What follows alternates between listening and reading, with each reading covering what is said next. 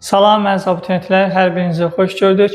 Bugünkü mövzumuz Azərbaycan Sasani İmtiyazının tərkibində mövzusudur. Düzdür, mən bu mövzudan keçən dərs danışmışdım. Bir hissəsini sadəcə əhatəli və geniş olduğuna görə dedim ki, bir hissəsində gələcək mövzumuzda dərslərimizə izah edəcəm. Və Alban Arşakiləri olan hissəsindən danışırıq. Demək, Albaniyada Arşakilər sülaləsi 1-ci əsrdən hakimiyyətə gəlirlər. Bunlar Parfiya Arşakilər sülaləsinin bir hissəsi idi. Bir qolu idi daha doğrusu. Və artıq 3-cü, 5-ci əsrdən isə bu dövlət mərkəzləşdirilmiş dövlət şəklində idarə olunurdu. Və Albaniyanın ərazisindən danışaq. Albaniyadan danışmışkən onu da vurğulayım ki, Albaniya artıq 262-ci ildən etibarən Sasanilər dövlətinin tərkibinə qatılır. Amma daxili müstəqilliyini qoruyub saxlamışdı. İndi isə Albaniyanın ərazisindən danışaq. Albaniyanın ərazisi 11 vilayətə bölünürdü.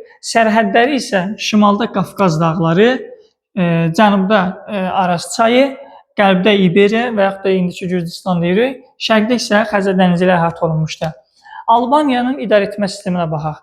Demək, dövləti hökmdar idarə edir, hökmdar qanunlar qəbul edir və həmçinin ordunun baş komandanı hesab olunur və hökmdarın yanında məşvərətçi orqan olan məclis fəaliyyət göstərirdi.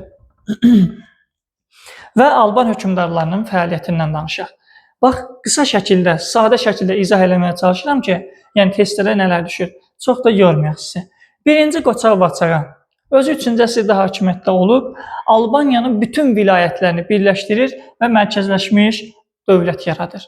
Urnayrdan danışaq. 313-cü ildə hakimiyyətə gəlir və onun qısa da olsa daxili xarici siyasəti nə idi deyim.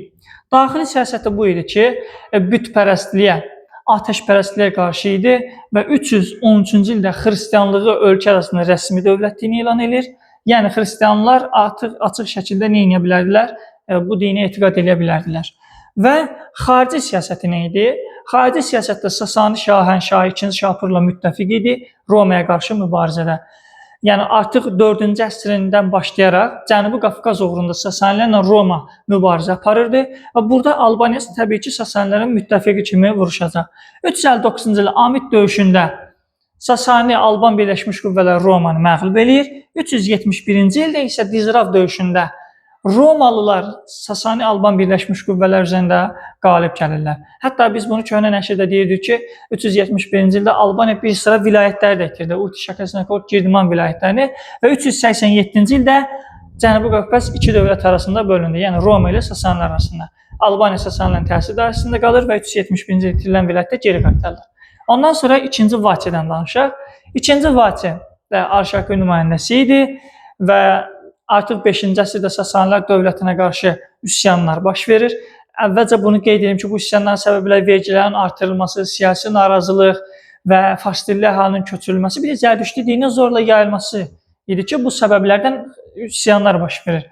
Və bu üsyanlardan da birinə 457-ci ildə 2-ci Vaçe başçılıq edir. 2-ci Vaçe paytaxtı Qəbələdən Bərriyə köçürür. Sonra isə azadlıq hərəkatına rəhbərlik edir və 463-cü ildə məğlub olur. Bunun rəhbərliyi ilə üsyan və Albaniyada 2-ci Vaçe hakimiyyətdən əl çəkməli olur və mərzbanlıq dövrü başlayır 463-487-ci ildə. Üsyan yatırılır, üsyançılar cəzalandırılır, sonra vergilər orada da artırılır. Və ondan sonra 3-cü Mömin Vaçaqandan danışaq. 3-cü Mömin Vaçaqan 487-510-cu illərdə hakimiyyətdə olub, sonuncu Arşaki nümayəndəsi olaraq yadda qalır. Yəni, mömin dindar olduğuna görə buna Mömin Vaçaqan deyirdilər və daha çox xristianlıq dini ilə bağlı tədbirlər həyata keçirilir və islahatlar həyata keçirir. Yeni kilsələr tikdirir və kilsə məktəbləri açdırır. Həmçinin 488-ci ildə Aqoin kilsə məclisini çağırır. Təbii ki, burada bunun məqsədi var idi, kilsənin müstəqilliyinə nail olmaq və kilsənin dayaqlarını möhkəmləndirmək və dini birliyə nail olmaq idi. Bu arada onu da qeyd edim ki, bu Aqoin qanunları, yəni 5-ci əsrin sonlarında qəbul olmuş Aqoin qanunları dövrümüzə qədər gəlib çatmış yeganə tarixi hüquqi sənəd idi. Bu da yadınızda qalsın, testdə gəlib düşür. Və bir də burada əyanların hüquqları və vergilərin yığılması ilə bağlı qanunlar tənzimləmişdi. Həmçinin xristian dininin dayaqlarını, belə deyim də, feodal əsaslarını möhkəmləndirmişdi.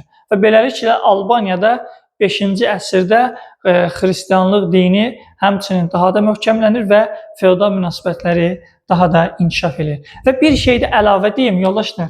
481 və 484-cü illərdə də Cənubi Qafqazda Sasanilərə qarşı üsyanlar baş verir, məxsusən də Albaniyada və İberiyada.